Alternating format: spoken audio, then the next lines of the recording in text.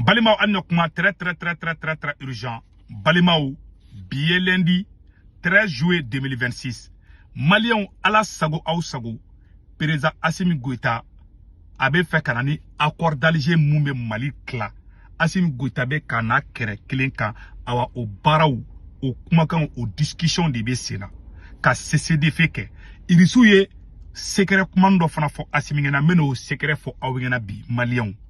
Ah Malion ça ne va pas entendre gaoula. Mena kumakan do kala folo aw nanga jango la me aperanga ga décortiquer limga ambo foko da oka aw nanga na me fa. C'est pas les armes seulement qui peuvent mettre fin à ces conflits. Ma foi de l'entrée à Nikelemba. Il faut qu'on ait mis en place des meilleures politiques, des vraies politiques. Abela Jelin Messa. Boubou Mabel Jawara Boraya Framede. Comme Marfa Drontisseka Kelain Ban. Boubou Mabel Yafo Abela Jelin Amessissa. Négociation de Beka planifier ça. Ani Jeuni Mogo, Yada Galiga Mogo. Ani Amadou Koufara Mogo. Ou de bena ou de négociation bara ou de bekake. Assimi ka fanga de menacer l'indou. Donc Assimi ba dombi ni kelen tora sena aka fanga bebi. Donc il faut qu'aller ka négocier. Politiciens be munke ku ka taninke ka mogo nunu toy ou ka tuka zone kono ou lu ku ka fanga ke ka diabo. Assimi fe kana no système croadi. Ni corona chabo barla. Ntaro na be nyabulu na te nyabulu pour le moment bara de bi. Docteur Sogel Kokala Maïga Bora aye Algérie fou. Aïra en Algérie. Les questions diplomatiques, les questions économiques. En Algérie, c'est qu'à Baraka ou ka problème fouille tout là. Oui, Jamanan Jamanay. Aye général Tchani Betalim ka Algérie. Groupe armé be général Tchani fi. Marfatougou be Niger, Marfatougou be Burkina. Aye Burkina présent Taleko Jamanawara ki dado alenaka Marfatougou Tchea. Au Marfatougou be Mali Kelina. Et rébellion me Mali Kelino ate Burkina ate Nigeria. Mais aho jumen décelé kataka betaka sigika fokani terotero yi.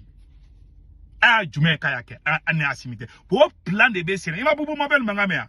Il m'a boubou manga il jona sega aga orname. C'est pas les armes seulement qui peuvent mettre fin à ces conflits. Marfa Drontisseka Nikelemba.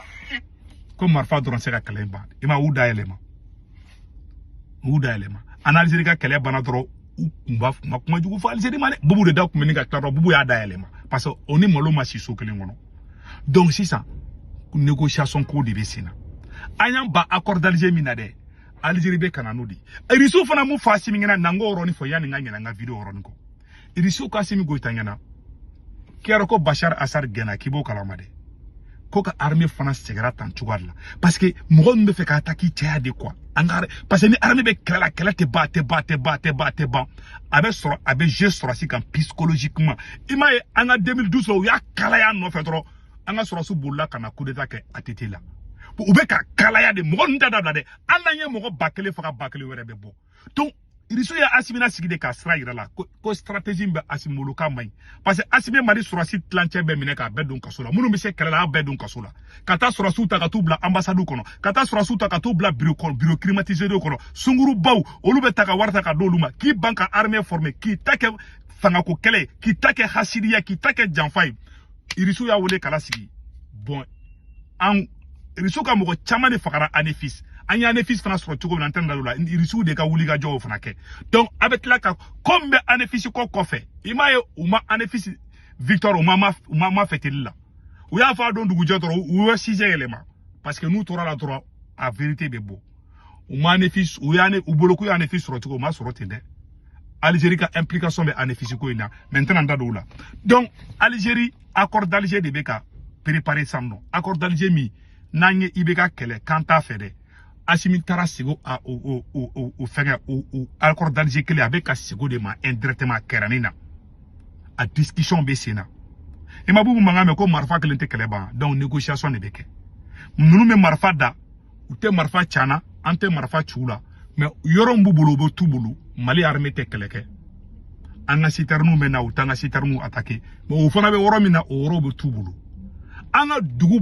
ba kele ni ko de be tero bulu bi o bebe tubulu c'est des faits de beke Assimi Goïta beni sigi fangala abidja fangala marfati teke aba fo kali peke kambe malien di ba obu da yelema kalabanci kalabandogodo bu da commencer k'u daw yɛlɛma daminɛ san donc ibeka nunu to ye mun kun bɛ kɛ dɛ politiciens mun bɛ technique ni mun kɛ dɛ ka to ka wari dɔn di tero ma dɛ u ka t'u ka zone kɔnɔ mɔgɔ tɛ s'u ma u tɛ se mɔgɔ ma ale b'a ka fanga jabɔ parce que ale kunkolo kalara ni kɛlɛ in tora sen na ale bɛ gɛn de ka bɔ yen donc il faut qu'ale ka nin fɛɛrɛnin de kɛ a fɛɛrɛ ma ban kɛla dɛ mais a kuma n bɛ sigi a kan a décision finale ma ta fɔlɔ dɛ mais a discussion de bɛ sen na a ŋaniŋɛ de bɛ Asimi kɔrɔ awa bɛ ka discussion kɛ pour le moment u ma tila fɔlɔ n ŋani min ye maliyɛn bɛɛ lasɔmi n'a y'a mɛn don min ko attaque jɔra tero ninnu u ni Asimi u y'u bolo da fɛngɛ dilan awa Algérie de b'o intermédiaire la est ce que nin bɛ ka kɛ Mali kelen na wa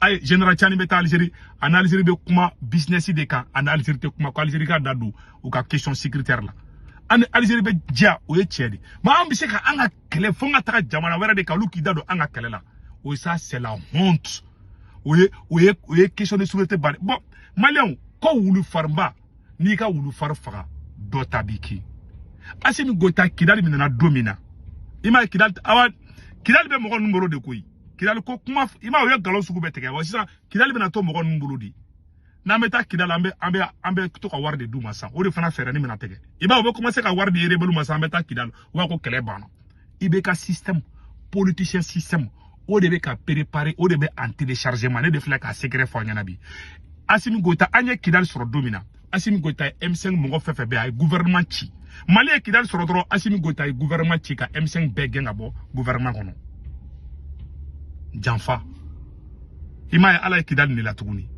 hadamaden ka sabali quoi a ye M5 janfa Kidali minɛna don min na ne Seku Tunkara bɔra ka video kɛ yan ne ka video kɛ sɔrɔsiw ye ne wele Amérique ka fɔ ne na ko ne bɛ video kɛ Kidali ko kuma kan ko ne kana Choguel tɔgɔ fɔ a la ko ne k'olu sɔrɔsiw dɔrɔn tɔgɔ fɔ a la aw kunfin den ninnu jɔn de tɔgɔ di aw ma c'est docteur Choguel Kokala Maïga c'est ninnu ye munzuru denw de quoi ninnu tɛ den ɲɛnamaw ye quoi ninnu ye adamaden o de kosɔn a bɛ fɔ wulu farinba n'i ka wulu farin faga dɔ ta b'i kin u y'a kɛ fangako kɛlɛw de hasidi diŋa la k'i sigi fanga la ka kɛ janfa ye ka kɛ nkalon ye ka kɛ namara ye ne de ko ne t'o la bɛɛ le cerveau ko ale t'a la u y'anw den kɛrɛfɛ ka taa ni Bubu Mabel ni Ɲangu ne parce que n'u ko k'olu ka ko kɛ olu b'o kɛ hali n'u ko k'u ka t'u sigi sugu Bamakɔ sugu fiyɛba la k'u b'o kɛ u b'a kɛ hali n'u ko Ɲangu ni Bubu ninnu ma k'u ka taa Bamakɔ suguba la k'u ka t'i sigi ka b'o kɛ ka ɲɛgɛnɛ kɛ u b'a kɛ bon anw tɛ sɔn o de ma anw b'u sɔsɔ de o man d'u ye parce que u bolo olu de y'an da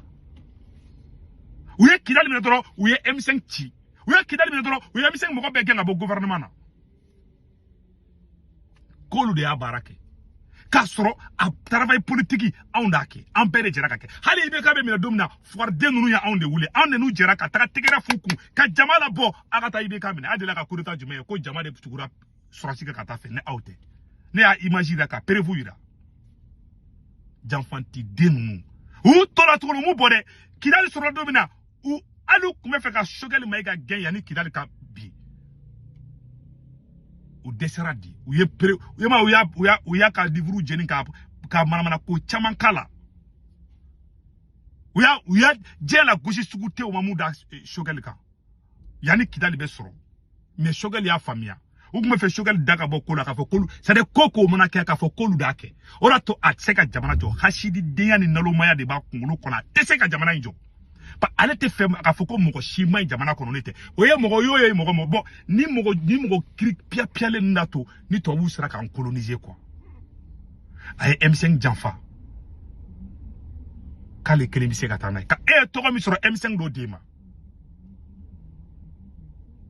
e bɛ tɔgɔ min b'i bolo bi M5 dɔ d'i ma M5 de b'i ka gɛn tɔgɔ min b'i la M5 d'a d'i ma parce que M5 ka 10.17 mesures Choguel docteur Choguel Kokala Maïga taara discours min kalan Nations Unies na o de tɔgɔ di Mali ma aw ye fanga ta ni bandaw ye fanga ta aw tile kelen ma kɛra ka taga kuma jugu fɔ Faransi ma Nations Unies na docteur Choguel Kokala Maïga daminɛ dɔrɔn et puis zɛrɛ ni jasigi faga yiru n'i ye ko kɛ n'o ka ɲi o b'o ɲini ka e bɔ yen ka tila k'o tɔgɔ d'u yɛrɛ ma c'est e yɛrɛ bɛ fɛn dilan ka di sɔrɔsi ninnu ma dɛ u hasididen ninnu u bɛ tila k'o fɛn ta ka tila k'e kɛlɛ tuguni o de y'a to Ala ye fɛn bɛɛ tiɲɛ aw bolo a ye M5 janfa Kidali minɛ la a ye Kidali perdi bi an ka sɔrɔsiw sara yanni an ka Kidali sɔrɔ a ye Kidali perdi bi ko wulu farinba n'i ka wulu farin faga dɔ ta b'i kin e y'i ka wulu farin bɛɛ faga mais dɔ de ka wulu farin bɛ k'e kin bi Quelle honte. Quelle honte. Bi e marula bi. E kera fado na sena samara bi. Mawa elebe ka wuli bi ka ngunuma kata négociation ke kata CCDV ke. Voilà les conséquences de la trahison. Harama de halala de imanga janfake. Halala de nga barate janfai. Horon de nga barate janfai. Ibe dinge fefe ko. Ame kidali soro domina manyima kola. Anga baton de tira Tombouctou. Anga soro so de sarakiani kidali ka soro. O bekera zero ye. Anya kidali soro domina ambele kumbolo kunganga ta nyogambolo. Ambe kumbolo be nyogambolo domina M5 ni au. Ala ye baraka do malla. Abe Korane kono, abe Bibulu kono. Ali borisona be benakan. Kona au farale me nyogon kanko ala be baraka do au la. Domina. Aye kureta folo anyoke. Ayan janfa. Aga kobe chena. Mais kureta flana. An farale nyogon kan. Ala ye baraka do ana. Ka togo di e Asimi Goitama. Yo yelema. Koke janfai. Yo yelema koke eretai. Bi Asimi kele ko mobili koro bin jone be goudrondala. Eka moteur de que docteur Choguel Kokala Maïgaï. Eka pine, aneka amortisseur, o de kuye ben le cerveau. Yo be janfa, briefing, ika briefing de kuye ben le cerveau. Ika briefing de kuye Choguel Maïgaï. Yo be janfa bi, ita tiena, il le bourra, il maka gobi, ko wulumusoni bobi. Ni ale barga de la couronne nyamade, parce qu'il est janfa de ke. Nous y mogo djougou ere de danindi. Ne m'a dit ka arama de, kaka djougou mogo maka nunubo. Politicien dagono djikaf sani nini. Ces gens sont trop méchants et bêtes. Il y a qui a une fois du même. Depuis, il y a ben les cerveaux de Choguel Maïga. Il y a la cachidon phobie. À la mahereki. Il y a une colutese. Il y a une coutese. Que situation de catastrophe, mais ça ne les arrange pas. Il faut une situation d'économie. À la caractéristique d'un bébé. Au début.